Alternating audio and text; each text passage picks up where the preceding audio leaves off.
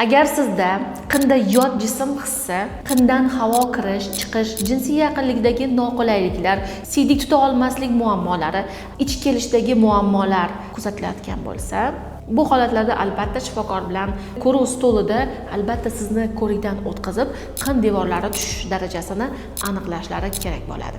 Bunga olib keladigan sabablar: tug'ruqlardagi yirtilishlar, tug'ruqdagi choklarni ochilib ketishlari, katta vazndagi homilani tug'ruq yo'llaridan o'tib kelishi, qin mushaklari zaifligi, kam harakatlilik, qin devori mushaklarini yetishmovchiliklarida yuzaga keladi. Agar sizda ushbu belgilar kuzatilayotgan bo'lsa, bu muammoni darajalariga qarab biz yechim topganmiz. Birinchi darajasida jarrohlik amaliyotisiz, ikkinchi, uchinchi darajalarida esa o'zimizga xos va dunyo standartlariga munosib keladigan usulda jarrohlik amaliyotlarini bajaramiz.